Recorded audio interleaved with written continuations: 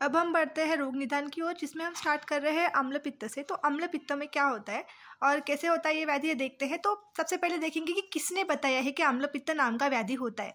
तो जो चरक, सुश्रुत और वाग्भट है, मतलब बृहत्त्रयी त्रय है, मतलब जो 3 मुख्य ग्रंथ है, उन्होंने अम्ल पित्त को स्वतंत्र व्याधि के रूप में नहीं माना है। उन्होंने अम्ल पित्त को स्वतंत्रवादी के रूप में नहीं माना है। तो अम्ल पित्त का वर्णन किन लोगों ने स्वतंत्रवादी के तौर पर किया है, तो वो आता है काश्यप संहिता, माधव निदान, योग रत्नाकर और भाव प्रकाश। ये आपके AIPGT के क्वेश्चंस है, तो आप ध्यान से देख लीजिएगा। बृहत्त्रय मतलब जो 3 मुख्य ग्रंथ है, उन्होंने अम्ल पित्त को एक इंडिविजुअल डिसऑर्डर नहीं माना है। तो व्याख्या क्या है, व्याख्या बहुत इंपॉर्टेंट है। व्याख्या क्या है, अम्ल गुण उद्रिक्तम पित्तम अम्ल पित्तम, ये आती है माधव निदान से। अम्ल गुण उद्रिक्तम मतलब अम्ल गुण, जिसमें पित्त का अम्ल गुण बढ़ जाता है तब होता है अम्ल पित्त। जिस डिसऑर्डर में पित्त का अम्ल गुण बढ़ जाता है, अम्ल गुण उद्रिक्तम पित्तम अम्ल पित्तम, वो होता है अम्ल पित्त। तो पित्त के बेसिकली 2 रस होते हैं। जैसे कि प्राकृत जो पित्त होता है, जो नॉर्मल पित्त बॉडी में होता है, उसका प्रधान रस होता है कटु, और जब ये पित्त विकृत हो जाता है तब उसका रस बन जाता है अम्ल, और यही अम्ल रस बढ़ने के कारण होता है अम्ल पित्त। मतलब क्या, पित्त का अम्ल गुण बढ़ने के कारण जो डिसऑर्डर हो रहा है वो है अम्ल पित्त। तो आप देखते हैं इसके प्रकार। तो 2 प्रकार आते हैं गतिभेद से।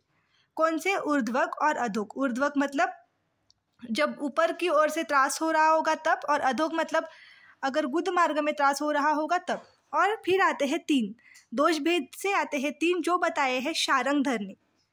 शारंगधर ने बताए दोष भेद से 3। वो कौन से हैं, वातानुबंधित, वात कफानुबंधित और कफानुबंधित। तो अब देखते हैं इसका निदान पंचक। तो सबसे पहला आता है हेतु। तो जब पित्त का उद्रिक्त हो रहा है, पित्त बढ़ रहा है, तो पित्त बढ़ाने वाला हर चीज़ आप इधर लिख देंगे। जैसे कि मसालेदार पदार्थ, उड़ीद खाना, अम्बवलेले पदार्थ लाइक इडली वगैरह खाना, आप सब यहाँ पे लिख दोगे, प्लस वेग धारण वगैरह। पर बेसिक जो आता है वो आता है वर्षा ऋतु। वर्षा ऋतु में पित्त का संचय चालू होता है, और ऐसे टाइम पीरियड में जब आपका अग्नि ऑलरेडी वीक है और आप ऊपर से ऐसी चीज़ें खा रहे हैं जो अति स्निग्ध है, अति गुरु है, जो आपके बिगड़े हुए अग्नि को और बिगाड़ रही है, तो इससे क्या होता है, विदग्धता बढ़ती है और अम्ल पित्त उत्पन्न होता है। तो बेसिकली कौन सा आता है, वर्षा ऋतु में वो पदार्थ सेवन करना जिससे पित्त बढ़ता है, क्योंकि ये संचय ऑलरेडी चल रहा है और आप ऐसे काम कर रहे हो जिससे इसका प्रकोप हो। और दूसरा बेसिक हेतु आता है अनुपदेश। आचार्य काश्यप ने बताया है कि अनुपदेश ये भी एक महत्वपूर्ण कारण है अम्ल पित्त का। तो संप्राप्ति क्या है, संप्राप्ति देखते हैं। संप्राप्ति में क्या, हेतु सेवन। सबसे पहले आपने हेतु सेवन किया, मतलब वैसे पदार्थ का है अम्ल पदार्थ जिससे पित्त बढ़ा, तो आहार को विदग्धता आई, पित्त की अम्लता बढ़ी, अम्ल गुण से पित्त बढ़ा, तो क्या हुआ, अविपाक, क्लम, उत्क्लेश और अम्ल उद्गार निर्माण हुए और आपको हो गया अम्ल पित्त रोग। तो ये है उसकी संप्राप्ति। पूर्व रूप में क्या आता है, पूर्व रूप में हर किसी के भी आता है अग्निमांद्य, उत्कंठ दाह, मतलब जब गला होता है वहाँ पे दाह महसूस होता है, और उल्लास मतलब नॉशियाटिक फीलिंग होती है।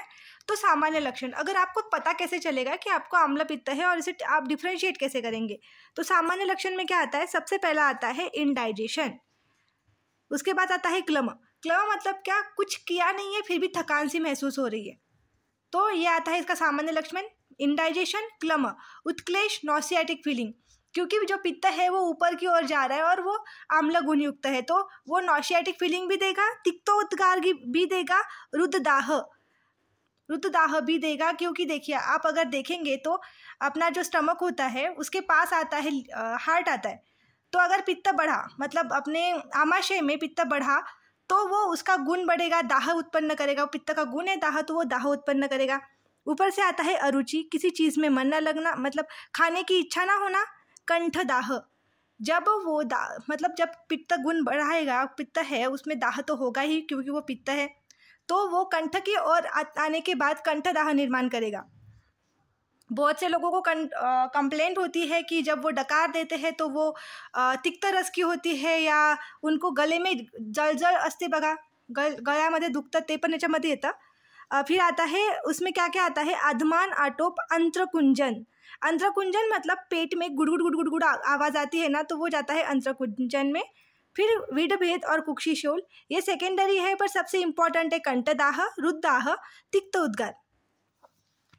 फिर देखते हैं इसके जो टाइप्स हमने बताए थे, ये सब जो टाइप्स आते हैं वो आते हैं विशेष लक्षण में। तो सबसे पहले क्या बताया है, ऊर्ध्वग। ऊर्ध्वग अम्ल पित्त के लक्षण क्या क्या है। अगर ऊर्ध्वग होगा तो वो कफानुबंधित होगा, क्योंकि ऊर्ध्व आमाशय ये कफ का स्थान है। फिर उसमें लक्षण क्या क्या होते हैं, लक्षण बेसिकली जो होते हैं वो कफ जैसे होते हैं, गुरुता वगैरह, पर बेसिक होता है छर्दी, जो इसमें छर्दी होती है ऊर्ध्वग अम्ल पित्त में, वो हरित, पीत, नील, कृष्ण किंवा अरक्त वर्ण की होती है। और सबसे इम्पॉर्टेंट ये जो एमसीक्यू का पॉइंट है ये है, मांस को जब हम धोते हैं तब जो पानी दिखता है उसके समान होती है छर्दी। तो अगर आपको छर्दी आ जाएगा, वात पित्त छर्दी, कफ छर्दी में डिफरेंशिएट डायग्नोसिस करने को आएगा, तो आपको पता होना चाहिए कि इसमें जो छर्दी हो रही है वो मांस धोने पर होने वाले छर्दी के समान है। और बेसिकली इसमें क्या होता है, अगर आपने छर्दी कर दी, मतलब मुझे अगर त्रास है अम्ल पित्त का और मुझे भी छर्दी आ रही है, इस वर्ण की छर्दी आ रही है, पर जब मैंने छर्दी की तो इमीडिएटली मुझे रिलीफ मिला, छर्दी के बाद मुझे अच्छा बेटर फील हुआ। तो ये होता है अधोग ऊर्ध्वग अम्ल पित्त। ऊर्ध्वग मतलब ऊपर के साइड, और अब आता है अधोग। अधोग अम्ल पित्त बहुत रेयर है। बेसिकली लोगों को ना डकार आने में ही ज़्यादा तकलीफ होती है, गुद मार्ग से ज़्यादा वैसे होता नहीं है। तो पित्त गुदा द्वारे जाता है, गुद के मार्ग से पित्त बाहर जाने की कोशिश करता है। तो इसमें क्या लक्षण दिखते हैं, तृष्णा, दाह, मूर्छा, रैशेस। इसमें रैशेस भी दिखते हैं बॉडी पर। और इसमें भी क्या होता है, अगर एक बार आपने द्रव्यमय प्रवृत्ति कर ली, आप एक बार जाके आ गए वॉशरूम को, तो आपको अच्छा लगता है। तो ये बेसिक डिफरेंस है अतिसार और अधोग अम्ल पित्त में। अतिसार और अधोग अम्ल पित्त में बेसिक डिफरेंस क्या है, अतिसार में अगर आप वॉशरूम जाके आ गए तो आपको अच्छा नहीं लगेगा, बट अधोग अम्ल पित्त में वॉशरूम जाने के बाद अच्छा लगता है, अच्छा फील होता है। और दोष भेद से इसके जाते हैं 3 टाइप्स जो बताए हैं शारंगधर ने। यह आपका AIPGT का क्वेश्चन हो सकता है। कौन से वातज में कौन से आते हैं, वातज के जो गुण होते हैं वो लिखने के।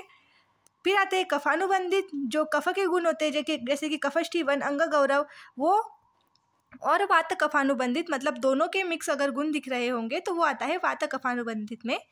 फिर देखते हैं इसमें उपद्रव क्या हो सकते हैं, अगर ट्रीटमेंट नहीं किया अच्छे से तो उसके अलावा कौन से डिसऑर्डर हो सकते हैं। अतिसार, इसमें अतिसार उपद्रव के स्वरूप में हो सकता है। ज्वर, शोथ, आरोचक और पांडु। तो देखते हैं साध्य में क्या आता है। साध्य कौन सा होगा, अगर नया उत्पन्न हुआ है, किसी को अम्ल पित्त अभी हुआ है तो वो साध्य हो जाता है। याप्य कब हो जाता है, जब आपने ट्रीटमेंट नहीं की और बहुत दिनों से सिर्फ अम्ल पित्त चल रहा है तो। और कुच्च साध्य कब हो जाता है, जब व्यक्ति बलवान है और आहार विहार पथ्य पालन कर रहा है तो जीर्ण होकर भी वो कृच्छ साध्य हो जाता है, कष्ट साध्य हो जाता है अगर वो व्यक्ति बलवान होगा और आहार विहार का पथ्य पालन कर रहा होगा। तो ये देखिए अब हमने कवर कर लिया है आम्ल पित्त। तो ऐसे ही मिलते हैं अगले वीडियो में। Thanks for watching.